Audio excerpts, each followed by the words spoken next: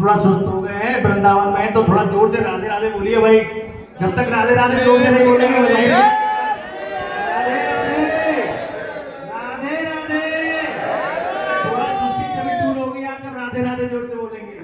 देखिए आज हमारा विश्व विकलांग दिवस है, और इस देखिए विकलांग शब्द का मतलब केवल क्या है। विकलांग शब्द को आप गहराई से देखेंगे तो अगर आप मानसिक रूप से विकलांग हैं, अगर आपके विचार खराब है और आप उन्नति नहीं कर रहे हैं तो आप विकलांग हैं भाई।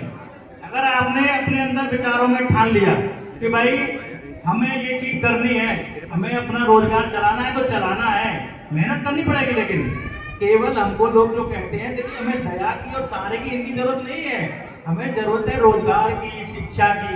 अब ये पेंशन से क्या होगा भाई? कल को आपको रोजगार मिल जाए तो क्या करोगे आप? 500-1000 रुपये पेंशन का भाई। आपको कल को सरकार चाहे 1,00,000-2,00,000 रुपए अगर आपको लोन देके दुकान खुलवा दे, आपको आप शिक्षित है, आप यहाँ कितने लोग ऐसे हैं जो पढ़े लिखे हैं? थोड़ा हाथ ऊपर करिए।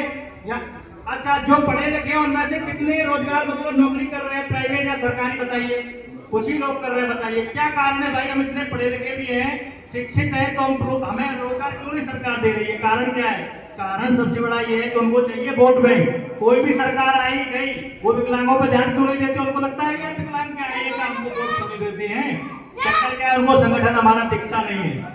अब आप हमको सबसे बड़ी चीज है कि एक संगठन मजबूत होना चाहिए, केवल मथुरा में ही नहीं। काफी हमारे दिव्यांग अलग अलग जिलों में प्रयास कर रहे हैं कि संगठन मजबूत हो। अभी हमारे एक दिव्यांग थे, वो दिल्ली में भी धरना प्रदर्शन का प्रयास किया। लेकिन कोई भी संगठन तभी चलता है जब आर्थिक रूप से मजबूत हो और उसमें लोग ईमानदार हो। ये नहीं है कि विकलांगों के नाम पे 1400 करोड़ रुपए आता है, वो 1400 करोड़ में बंदरबांट हो जाता है, एनजीओ खा जाते हैं। हमारे मथुरा के कई ऐसे एनजीओ है जिसको फंड मिल रहा है, लेकिन वो पूरा फंड केवल आपको एक पिक्चर को दिखा करके, फोटो खिंचवा करके पूरा फंड टकारे जा रहे हैं, लेकिन आप तक कोई सुविधा नहीं पहुंच रही है। तो भाई इसका कारण क्या है कि तो हम लोगों में थोड़ा जागृति कम थी अब तक, लेकिन अब वो जागृति बढ़ रही है। हमारे पढ़े लिखे भाई हैं, सोशल मीडिया के माध्यम से अलग तरीकों से जानकारी बढ़ रही है। आपकी जो भी योजना है, जिला मुख्यालय बना हुआ और जिला मुख्यालय पे बैठते हैं, बिल्कुल कोई भी चीज है, डीएम हमारा डीएम जो जिलाधिकारी है, कोई भी अधिकारी है, वो हम आप लोगों की सेवा के लिए वहाँ बैठा है, लेकिन आप वहाँ पहुँच नहीं पाते हैं, और पहुँचते तो आपको तड़का दिया जाता है, भगा दिया जाता है। लेकिन उसके लिए चाहिए संगठन। तो हमारे कंवर जी जो है, अभी कुछ दिन पहले एक बड़ा आंदोलन हुआ था, तो उसकी वजह से डीएम साहब ने रैंप तक बनवा दी।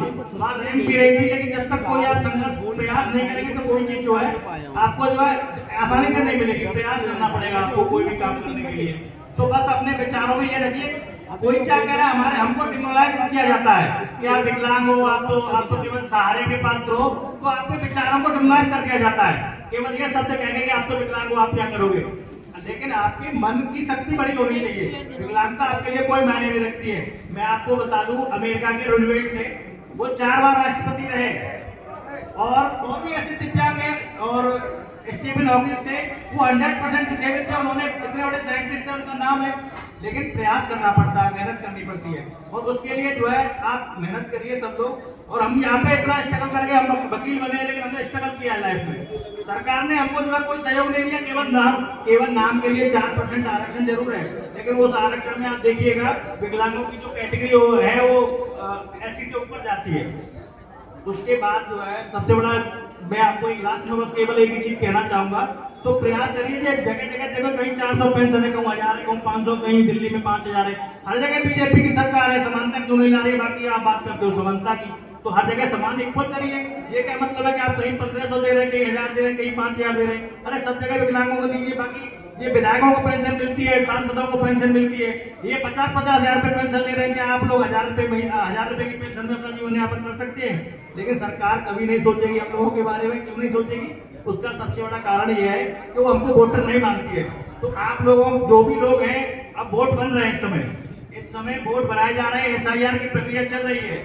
आप में से इतने कितने लोग हैं जिन्होंने वोटिंग के लिए फॉर्म भर दिया? बताइए जरा। आज कोई भी लोग बाहर से यहाँ रह रहा है वृंदावन में, SIR का फॉर्म जरूर भर दीजिएगा, क्योंकि बाद में दिक्कत होगी। दिक्कत क्या होगी कि आप वोटर नहीं बन पाएंगे, तो उसकी वजह से फिर आप अपना अधिकारी नहीं ले पाएंगे, आपको बाद में समस्या होगी। और कोई भी समस्या है तो शनिवार को कैंप लगता है, वहाँ जाके जिलाधिकारी महोदय से पूछ लीजिए, कोई दिक्कत नहीं आएगी। बाकी जितनी भी योजनाएं चल रही हैं उत्तर प्रदेश सरकार की हो, चाहे वो 33 नंबर कमरा राजीव भवन में, वहाँ सारी योजना है। बाकी उसके बाद भी कोई दिक्कत है तो हम जिला मुख्यालय पे ही हम बैठते हैं। हमारा चैम्बर चौधरी चरण सिंह की मूर्ति के पास है। चौधरी विश्वनाथ प्रताप सिंह एडवोकेट बीपी सिंह मेरा नाम है। आप कभी भी मेरे पास आ जाइए, निस्वार्थ बेझिझक, आपका कोई भी काम नहीं रुकेगा। ये मैं आपके सामने दावा करके जा रहा हूँ, क्या उसके लिए मुझे कुछ नहीं करना पड़ेगा। बाकी हमारे दीदी के लिए मैं दोबारा से हमारे तंवर साहब के लिए बहुत बहुत धन्यवाद कि वो इस तरीके से संघर्ष के बाद जो है इतना संगठन चला रहा है। सब लोगों से मेरा विनम्र निवेदन यही है कि केवल संगठन को मजबूत करने के लिए जो भी आप प्रयास कर सकते हैं वो प्रयास आप सब लोग मिलकर के करें। और जो भी आपका कोई मिलने वाला है जो सहयोग कर सकता है, उससे मतलब नहीं है कि विकलांग हो या सकलांग हो, सहयोग करना चाहिए संगठन को मजबूत करने के लिए।